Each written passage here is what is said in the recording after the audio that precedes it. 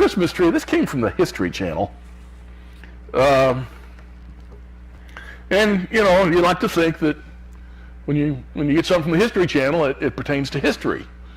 And they're not always unbiased, but I found this factual. I checked out the things they say, and it's true. How it all got started long before the advent of Christianity. Plants and trees that remain green all year had a special meaning for people in the winter. Just as people today decorate their homes during the festive season with pine, spruce, and fir trees, ancient peoples hung evergreen boughs over their doors and windows. In many countries, it was believed that evergreens would keep away witches, ghosts, evil spirits, and illness. In the northern hemisphere, the shortest day and longest night of the year falls on December 21st or 22nd and is called the winter solstice. Many ancient people believed that the sun was a god and that winter came every year because the sun god had become sick and weak. They celebrated the solstice because it meant that at last the sun god would begin to get well. Evergreen boughs reminded them of all the green plants that would grow again, and when the sun god was strong and summer would return. The ancient Egyptians worshipped a god called Ra, who had the head of a hawk and wore the sun as a blazing disk in his crown. At the solstice, when Ra began to recover from the illness, the Egyptians filled their homes with green palm rushes, which symbolized for them the triumph of life over death. Early Romans marked the solstice with a feast called the Saturnalia, in honor of Saturn, the god of agriculture. The Romans knew that the solstice meant that soon farms and orchards would be green and fruitful. To mark the occasion, they decorated their homes and temples with evergreen boughs. In Northern Europe, the mysterious Druids, the priests of the ancient Celts, also decorated their temples with evergreen boughs as a symbol of everlasting life. The fierce Vikings in Scandinavia thought that evergreens were the special plant of the sun god, Balder. Germany is credited with starting the Christmas tree tradition as we know it in the 16th century, when devout Christians brought decorated trees into their homes. Some built Christmas pyramids of wood and decorated them with evergreens and candles if wood was scarce. It's a widely held belief that Martin Luther, the 16th century Protestant reformer, first added lighted candles to a tree. Walking toward his home one winter evening, composing a sermon, he was awed by the brilliance of stars twinkling amidst the evergreens. To recapture the scene for his family, he erected a tree in the main room and wired its branches with lighted candles. Luther's house burnt down 2 days later.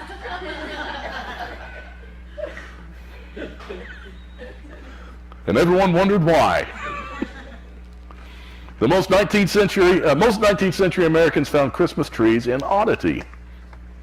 The first record of one being on display was in the 1830s by the German settlers of Pennsylvania, although trees had been a tradition in many German homes much earlier. The Pennsylvania German settlements had community trees as early as 1747, but as late as the 1840s, Christmas trees were seen as pagan symbols and not accepted by most Americans. It was actually against the law.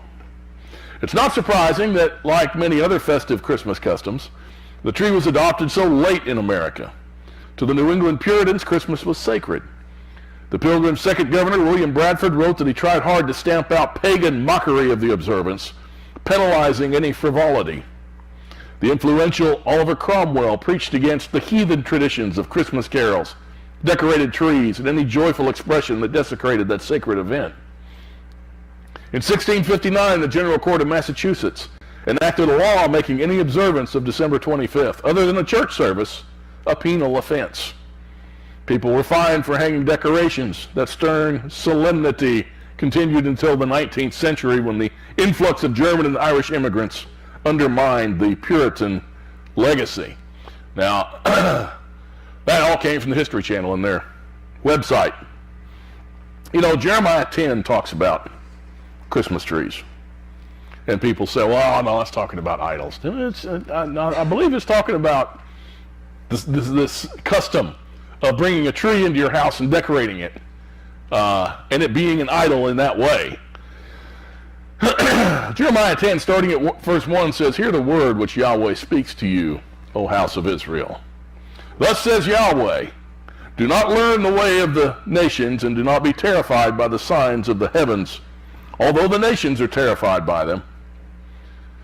Keep in mind, in Deuteronomy 16, verse 21, "You shall not plant for yourself an Asherah." What's an Asherah?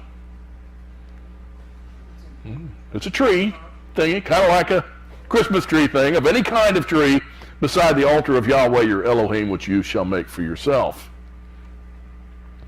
Also in 1 Kings 16, starting at verse 31, "It came about as though it had been a trivial thing for him to walk in the sins of Jeroboam, the son of Nebat, that he married Jezebel, the daughter of Ethbaal, king of the Sidonians, and went on to serve Baal and worshipped him. So he erected an altar for Baal in the house of Baal, which he built in Samaria. And Ahab also made the Asherah. Thus Ahab did more to provoke Yahweh, the Elohim of Israel, than all the kings of Israel who were before him." What did he do to provoke Elohim? He put a Christmas tree up. That's what he did. And that's what it calls it. And then the people don't realize it's an ancient phallic symbol. That's what it is. Okay? It goes back to the days of Babylon. You know what the wreath is? That's a female counterpart. People don't know what they're doing. Okay? They don't know what they're doing. Just stop the nonsense. Good grief, lighting your house up with a bunch of gaudy lights and putting up a stupid phallic symbol in your living room and telling your kids to decorate it. It's ridiculous. Going back to Jeremiah 10, verse 3. "For the customs of the peoples are a delusion, because it is wood cut from the forest, the work of the hands of a craftsman with a cutting tool." You know, the New American Standard is trying to be a little too fancy here. They're trying to emphasize that this is an idol, not a tree. Well, if you look at the King James and New King James, they're a little more basic, because the Hebrew in it is a little more basic. It says, "For the customs of the peoples are futile, for one cuts a tree from the forest, the work of the hands of the workman with the axe." There. He cut down a tree with an axe. Verse 4, "They decorate it with silver and with gold. They fasten it with nails and with hammers so that it will not totter." Well, you know, it's a Christmas tree. I don't know what to tell you. That's what that is. Yeah, well, in the stand. It's a Christmas tree in the stand. That's what it is. You know, we read Deuteronomy 12, the first 4 verses tell us, "These are the statutes and the judgments which you shall carefully observe in the land which Yahweh, the Elohim of your fathers, has given you to possess as long as you live on the earth. You shall utterly destroy all the places where the nations whom you shall dispossess serve their gods, on the high mountains and on the hills and under every green tree," and a tradition that still holds true today. Isn't that amazing? We read in 2 Kings 16, starting at verse 2, "Ahaz was 20 years old when he became king. He reigned 16 years in Jerusalem. He did not do what was right in the sight of Yahweh his Elohim, as his father David had done. He walked in the way of the kings of Israel, and even made his son pass through the fire, according to the abominations of the nations whom Yahweh had driven out from before the sons of Israel. He sacrificed and burned incense on the high places, on the hills, and under every green tree." People say, I heard this a lot, "Well, we don't worship the tree." Well, okay, what do you call buying one, spending money on one, bringing it into your house, putting it in your living room, buying a stand for it, decorating it, and putting all your valuables underneath it that you have for everybody? What do you call that? Isn't that worshiping the tree? It's an idol. Yeah, it's an idol. How do you, if that's not worshiping the tree, what is? What would you call worshiping the tree? That's what that is. You know, it's like there are some cultures that take pictures of their dead relatives and treat them the same way, without that much reverence. Yeah, they just get one frame Yeah. the whole time. New decorations every year. That's right. Jeremiah 2 verse 20, for long ago I broke your yoke and tore off your bonds, but you said, I will not serve. For on every high hill and under every green tree you have lain down as a harlot. Ooh. Elohim, he does not mince words. Ezekiel 6 verse 30, and this is the thing, you've lain down as a harlot.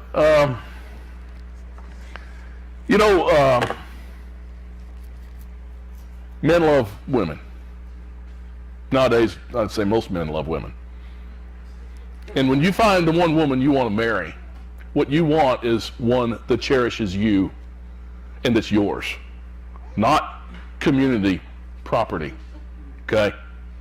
And Elohim says, you're doing this stuff with these idols, these other gods, and you want me to cherish you. Really? Expect me to do that?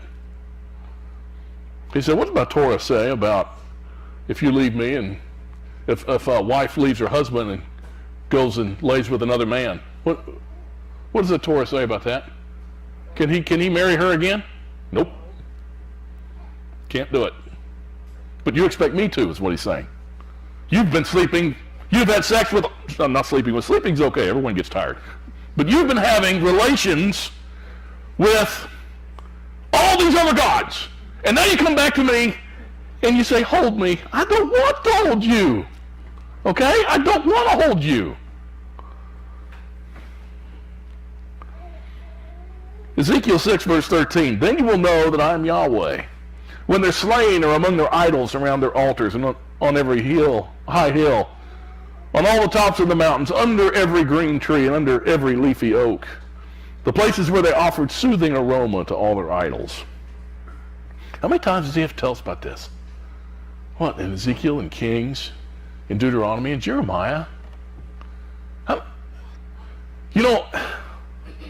Let's go back to Jeremiah 10 again, down to verse 5. Like a scarecrow in a cucumber field are they. They can't speak. Well, that proves that they're just setting up a tree, because he's saying, well, it's just like these scarecrows you set up in the field. Okay? They aren't just setting up a tree. They're not carving an idol. They're setting up a tree and they're decorating it. They cannot speak. They must be carried because they cannot walk. Do not fear them, for they can do no harm, nor can they do any good. Good thing the New Testament doesn't say anything about that. Isn't it? Whew. See, if New Testament said something about it, then Christians would not do it.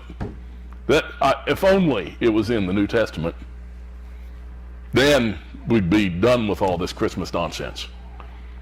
2 Corinthians 6. Starting at verse 14 says, do not be bound together with unbelievers.